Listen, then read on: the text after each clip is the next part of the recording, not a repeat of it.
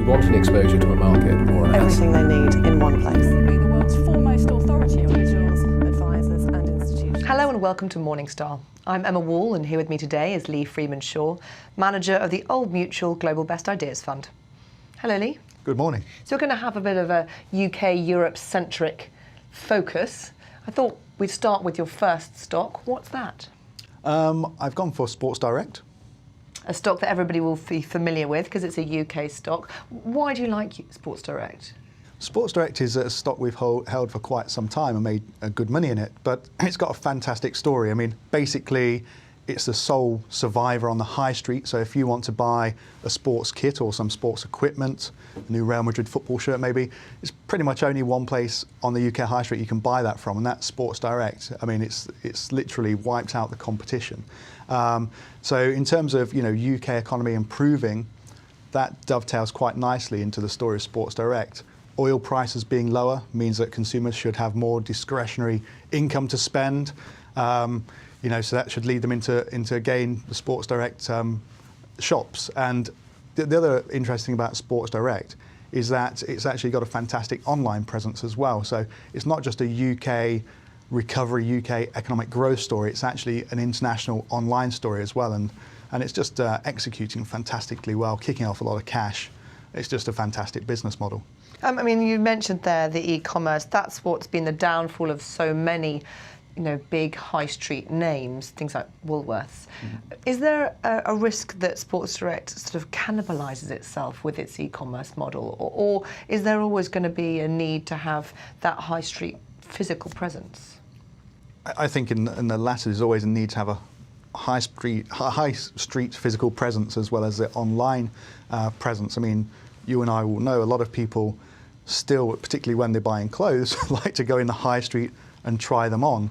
But I mean, the online presence for Sports Direct, I mean, it more opens them into other markets, other countries.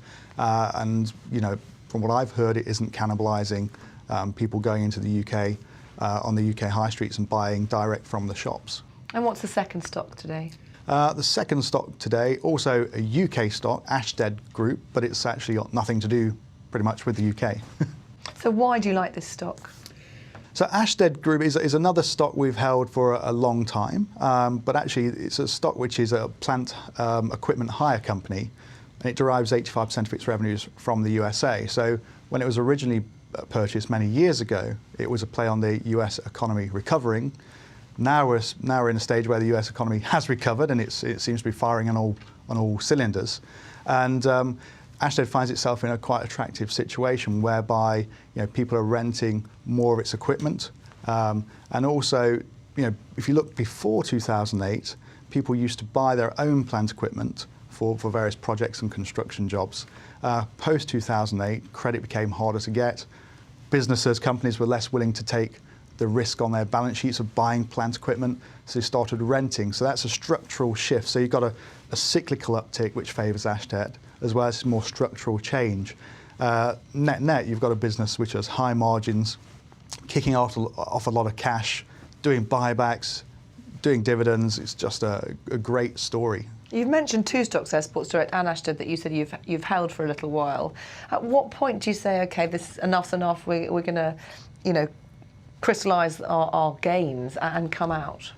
I think I manage a team of managers, and for those guys, it's when the story changes or it's hit valuations that are just a bit too toppy, that's when I'd expect them to sell out of these names. But you still see sort of an upward trajectory for Ashtead?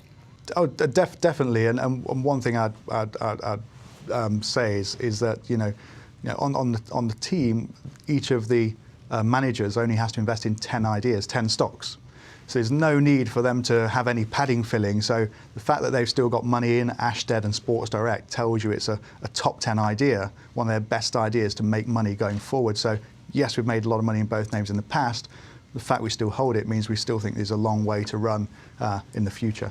And what's the third and final stock? The third stock I thought I'd discuss is Peugeot.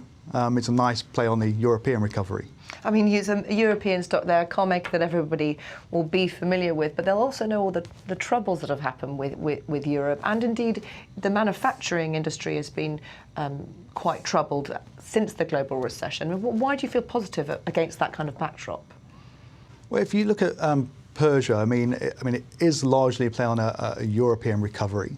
It is the car manufacturer, the auto manufacturer that has the most exposure to Europe. I mean, most of its revenues come from Europe, which is a big difference to other big global auto companies that really are global and derive the revenues from all over, US or Asia. But if you look at Peugeot, they've got a new CEO on board, which came on board last year from rivals Renault. He's going to drive through some cost-cutting measures. That's good for margins. And then if they do get the tailwind of a European recovery coming through, particularly underpinned by QE, underpinned by low oil prices, then you've got a fantastic operating margin story, which should drive that share price a long way in the near term. So we're quite bullish on the outlook for Peugeot. Lee, thank you very much. Thank you. This is Emma Wall for Morningstar. Thank you for watching.